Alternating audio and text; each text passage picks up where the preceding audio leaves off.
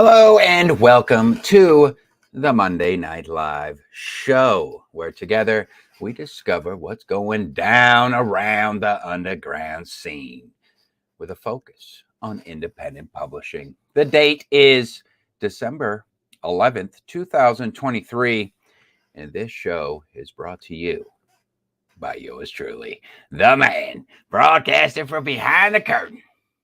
You know who I am. Because if you don't know by now, you can visit www.livefreeliverich.com or simply Google his name and you'll find out. Now let's take this time, slide right inside my first segment of the night where I like to shine a spotlight on some books. That's right. That are currently available or coming soon to an online store near you. Yes, it's true. Let's see who's up first. First, we have from Shiv Saywack. That's right. Some of you might recognize the name as the author of the Mary Finch series, which we covered here on the live stream. Now he's coming at us with something different.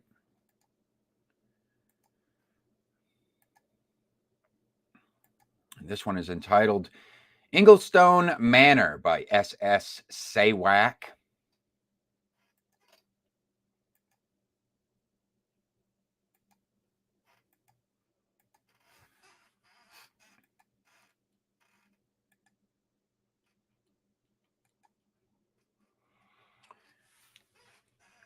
It seems the war will never end when Lizzie and her brother and sister are evacuated to the village of Inglestone.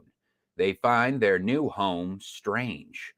Under the shadow of the ruined Inglestone Manor, they meet Dorothy Inglestone, the last of her line, and the ever-watchful Mr. and Mrs. Gaines.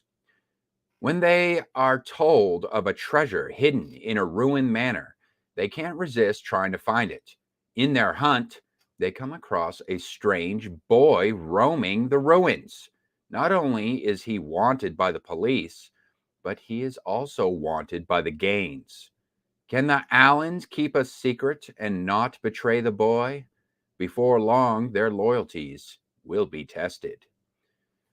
219 pages of children's explorer historical fiction, children's exploration fiction.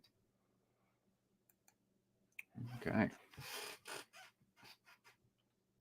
So it does seem as though Saywack enjoys writing in that middle grade category.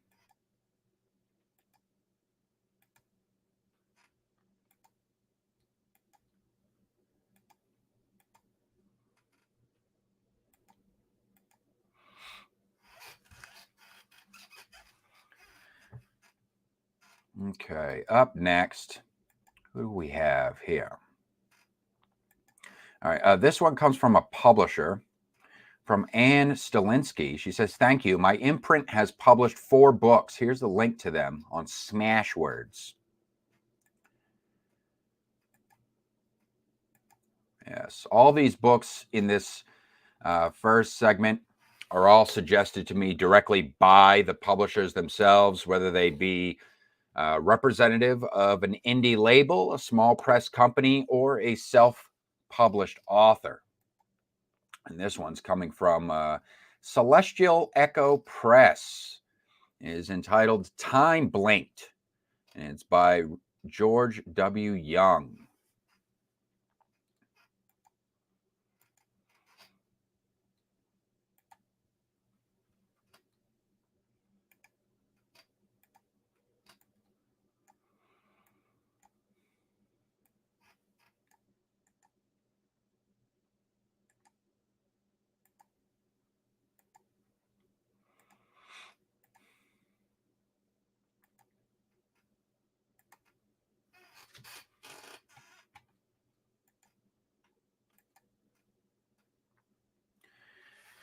Just like Dorothy in The Wizard of Oz, talented college athlete Bobby spends his days with those he loves and stays close to home. But unlike Dorothy, when Bobby's tornado bushwhacks his world, It doesn't move him into a fantastical realm of color and delightful beasts. Rather, he is propelled into a complicated past where his dreams come true through a somewhat mystifying, somewhat terrifying wrinkle. So it's not like Wizard of Oz at all. Once a middling right fielder in his junior year, Bobby is mysteriously thrust from 2020 into 1975 Philadelphia Major League Baseball, literally moving from the on deck circle to the batter's box during a game. Aside from jaw dropping awe and wonderment, Bobby must deal with anxiety, uncertainty, and the complex emotions of dismay and astonishment. With no clue of how he landed where he thought he wanted to be his entire life, he becomes a he becomes a pivotal player and hero on his team. And he now wonders if he can return home. To complicate matters, in this new world, he finds some unsettling realities about America's game, including scandal, disloyalty, and jealousy. Over the course of the season, Bobby grows up quickly. He has to. When he realizes everyone wants a piece of his talent, he becomes a team leader and urges the Quakers, a team with a 92-year history and no series rings, to strive for a World Series run. Bobby develops deep friendships but misses his old life. As the season progresses and the Quakers actually win the NLCS, Bobby finds his memories of 2020 fading. He repeatedly brings the sold out crowds to their feet, not only by his batting skills and fielding expertise, but also by his ability to lead, to rouse a crowd, and to be a hero in the clubhouse. And then, poof, time isn't finished with Bobby yet. All right. No extra details on this one except science fiction and sports, which is quite an interesting mix. You don't see that every day. A sci fi sports story.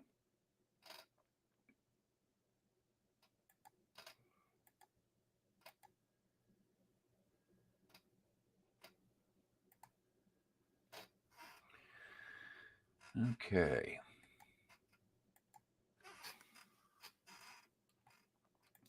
One more book for you tonight. This one comes from Cecilia Agetun. Just shares a link to her book.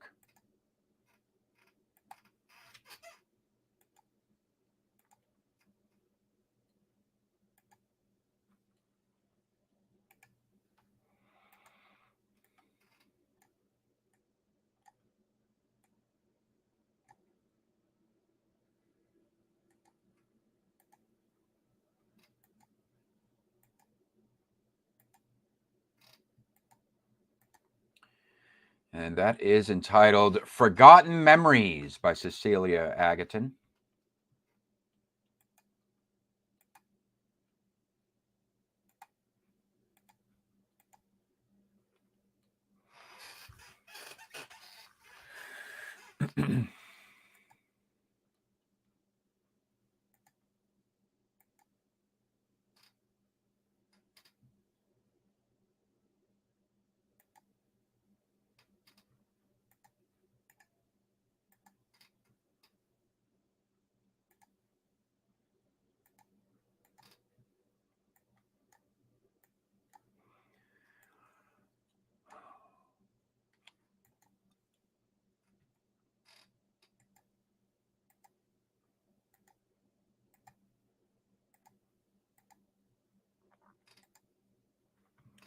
All right.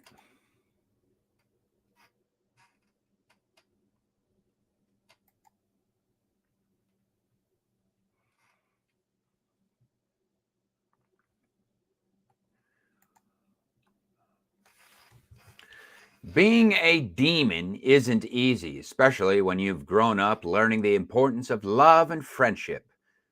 when Jax gets summoned by his best friend and asked to protect his only child, Cassie, who's been hidden away in the human world, he agrees. He thought it would be simple: protect the girl while she learns the truth about herself and the ability she holds. What he hasn't counted on is the shock that runs through him when they touch, immersing him in feelings and memories he can't place. As he tries to figure out the nature of the bond that connects them, he realizes that something else is at play, a magic that could be working for or against them. Will he be able to honor his promise and keep Cassie safe? 352 pages of teen and young adult Norse myths and legends ebooks, teen and young adult werewolf and shifter ebooks, teen and young adult wizards and witches fantasy books.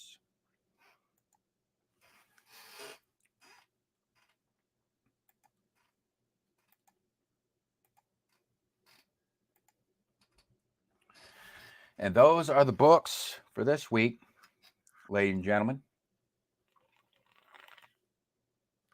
You know the deal. Watching this on the replay, head on over to my community tab and you can cast your vote for which one out of those three books you thought had the most text appeal. That's right. In other words, which one out of those three aforementioned titles would you be most likely to pick? And if you would like to discover more from the independent market, you can head on over to my playlist tab and open yourself up some mystery packs. Inside each mystery pack reveals there's a cover card that reveals a book from the independent market that was recognized by the Live Free Live Rich Network. And inside the description section of each video, there is a link to an editorial written specifically on that book by yours truly.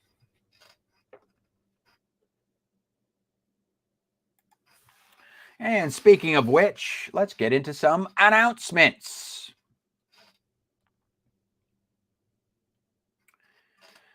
And first up, speaking of mystery packs, I just dropped a new one this past week, and the new mystery pack reveals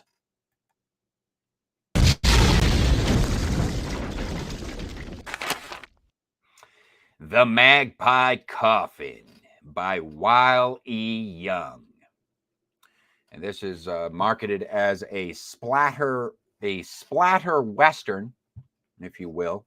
It's basically just splatter punk. Well, I have a couple things to say on this. Well, one, I guess it could kind of fall into that category of like a kind of like a horror western.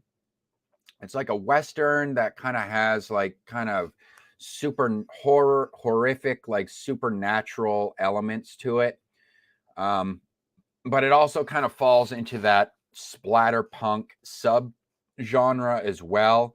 It's really just splatterpunk is just another way of saying that, hey, this book contains it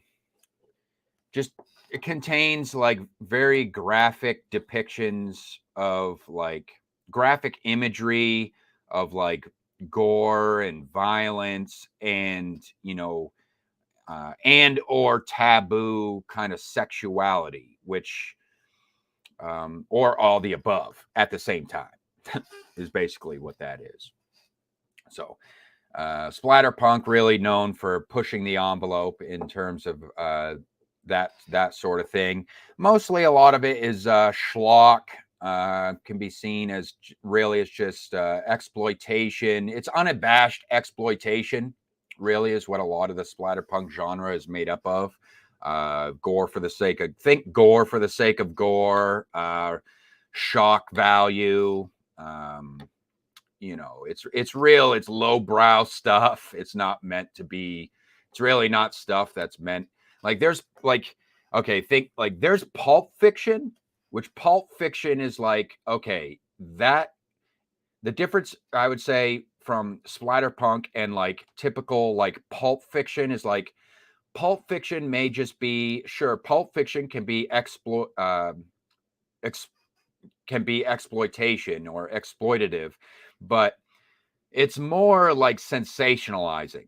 I think pulp fiction is more like sensationalizing, whereas splatterpunk is literally just shock value. That's all it is. Just lowbrow shock value, just for the sake of shocking on. Now, this book in particular, there's some of that, yeah, but I also could tell that the author didn't want to just write shock value just for the sake of shock value. So I will be leaving a link to that. You guys can check out my full breakdown on this one.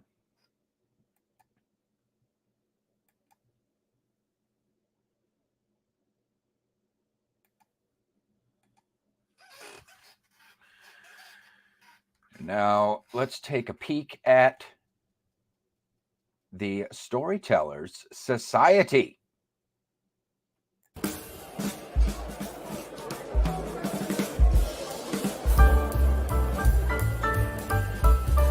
The Storytellers Society, still accepting open submissions. This is a public collaborative project, basically an outreach program, really, for my peers in the writing community. What I'm looking for is flash fiction for this project. Flash fiction for this project is fiction that is between 500 all the way up to 2,000 words. This can be fiction that you actually have published somewhere else, so long as you own the copyright and you have the right to give me permission to republish it on my blog, where it will be free for public viewing from now and indefinitely. Just because you submit something doesn't mean that your work will automatically be published. It does need to be approved, but if approved, then you'll effectively book yourself a room at what I've dubbed the Hotel del SS, where all the members of the Storytellers Society stay.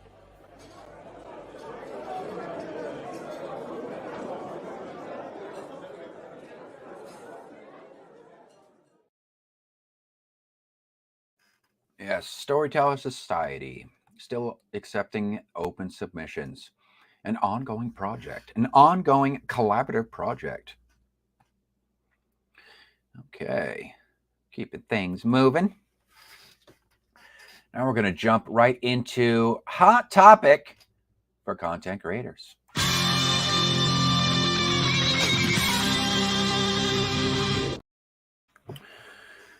Hot topic for content creators. This is where I pitch a hot topic to you, and then you turn around, create your own content on said topic, or else you're always welcome to jump into the conversation by dropping some comments down below and or checking out any of my previously pitched hot topic videos. Now, tonight I want to talk about why people read. Yes, why people read. And more specifically, the subject for tonight is why people read indie books. Why people read indie books. So first, I'd like to start out why I don't read indie books. I don't read indie because I want to discover who can best emulate the mainstream industry. Now, I'll take stories that contain raw, real, unrefined text appeal over all that sterilized corporate bullshit any day of the week. For one reason or another, I just possess an innate desire to seek out obscure works by individuals who may not always be the most experienced of writers, but the projects they produce contain fire, in the sense that the work itself was created by an undeniable passion.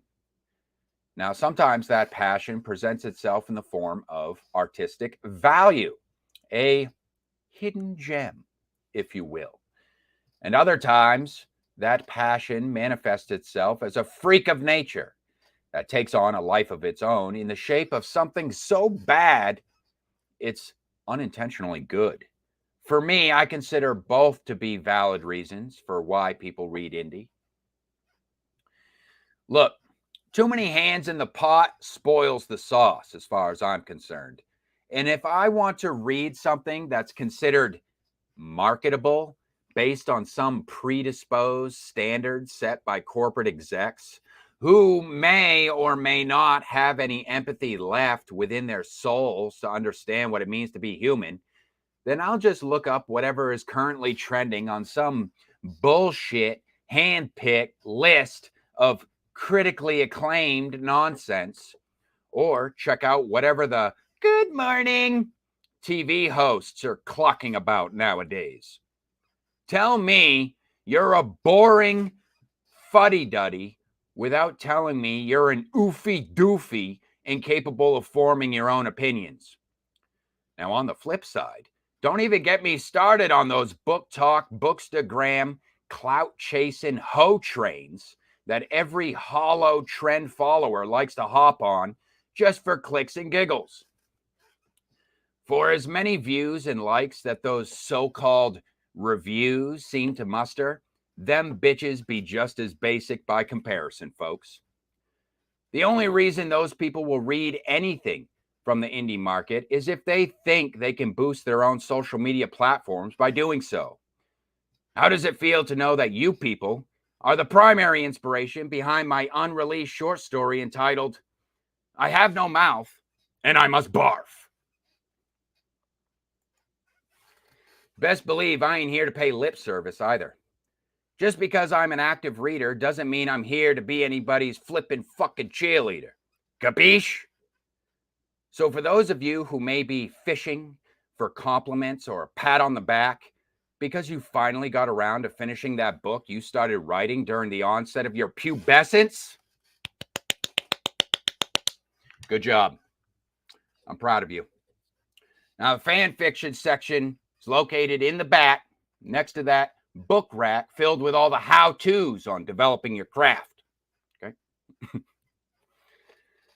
I've noticed that some content creators, mostly the popular run-of-the-mill Booktube channels, seem to think that reviewers should take it easy on indie books, or else they shouldn't be criticizing the work of indie authors at all, because according to them, that's considered punching down. And they also seem to think that their book reviews have the power to damage an author's reputation somehow. Wow. Narcissistic much? Where do I even begin with this one? First off, I am a published author. But you already knew that, right? But what Booktube may not know is that I have no problem with anyone who publicly shares their opinion about my work, whether it be good, bad, or ugly. And that has nothing to do with my work being indie or trad. That's just literally what it means to be a professional. Talk about consolation prizes. All you crybaby hacks out there need to understand that criticism comes with the fucking territory, pal. As far as I'm concerned, no published book, whether it be trad pub or indie, should be seen as blameless or beyond reproach. Now, with that being said, I'm willing to put my money where my mouth is, and I often bet on books that are published on the independent market. Mind you, it is my money that I am choosing to spend on a book by an author I hardly know anything about. Oddly enough, proactively financing a market that also fuels my passion is a crazy concept for some people to grasp. I know a lot of content creators suffer from something called conflict of interest because they're used to receiving shit for free. But you see, I don't have that problem, which is why I have absolutely no qualms about sharing my honest opinion, regardless if the book was indie or traditionally published. I wish I could say the same for all the content creators who participate in Booktube, but unfortunately, more often than not, they show themselves to be glorified shills in sheep's clothing, as far as that goes. Then there's the other side of the coin, where indie authors like to say something along the lines of, I don't mind constructive criticism, but if you can't say anything nice about a book, then you're just a jerk.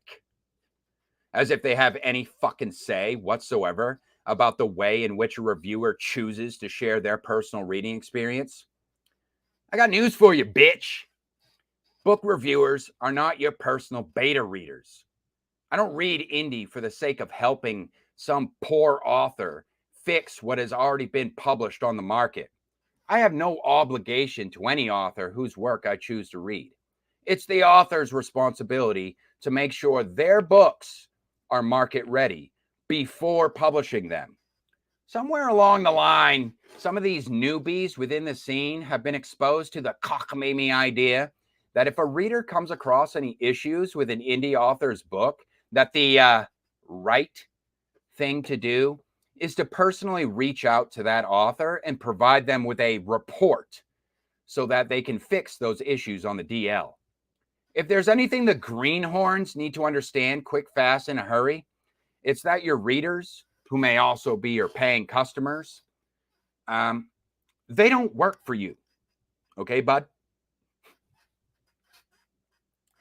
Now, when I write my editorials, I will sometimes make it a point to share my insights on how I think a piece of work could have been better or improved upon by offering some constructive examples.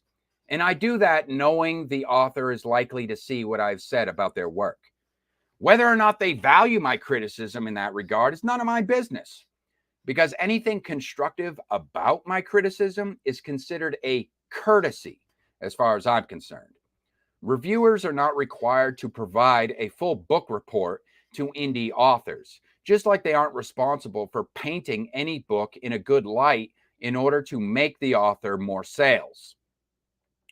I read and review indie books to share my personal experiences with the work that's coming out of the scene as a means of being proactive within it. Look, if my editorials resonate with you as a reader, great. Glad I could turn your crank. Get them wheels spinning a little bit. You know what I mean? But if you're one of these people out here who needs permission or approval in order to use their own brain, hold on. Let me get my magic wand. All right. Alakazam, Alakazoo, I grant the power to you. There you go. Congratulations. You are no longer beholden to anyone else, and you are free from here on out to form your own opinion about any book you choose to read. That is, if that's what you needed in order to do so. And from me to you, welcome to the shit show, as far as that goes. People read books to have fun, which should be priority number one.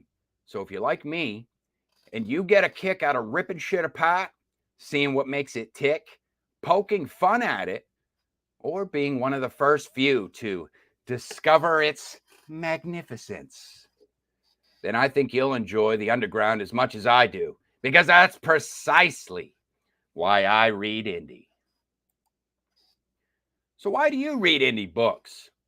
Are you a hoe train hopping, hollow trend following, algorithm pleasing, social media influencer? Or is it because you receive free copies from groveling greenhorns pandering for pity reviews? Ew. Or maybe you have a friend or family member who just published their first book and they asked you to take a look. Now, I want you to blink twice if there's a gun in the room, all right? It's a trap. So drop a comment down below, join the combo, and let's have a gay old time, shall we?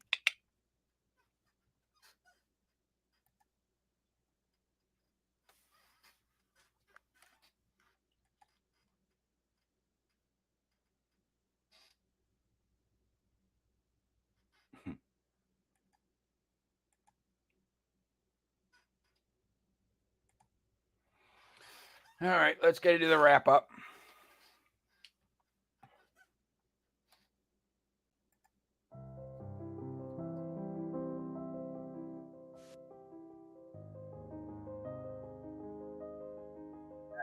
show for tonight.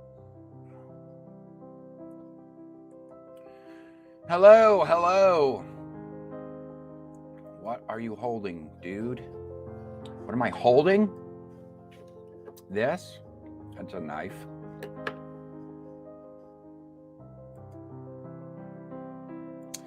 It's an artifact. It's a sacred artifact of the Monday Night Live show.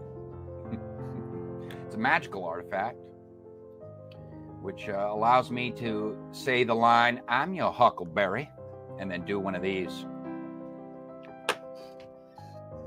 Well, that's the Monday Night Live show for this week, ladies and gentlemen. I hope y'all had some fun.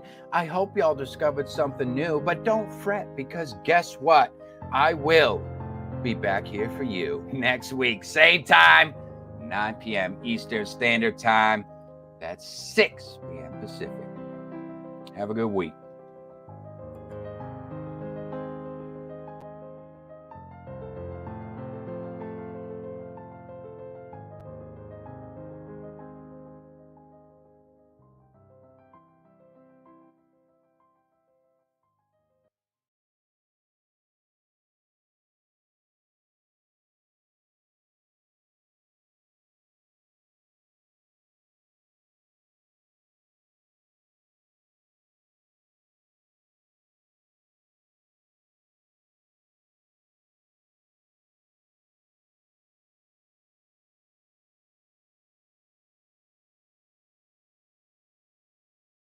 This offended my sensibilities.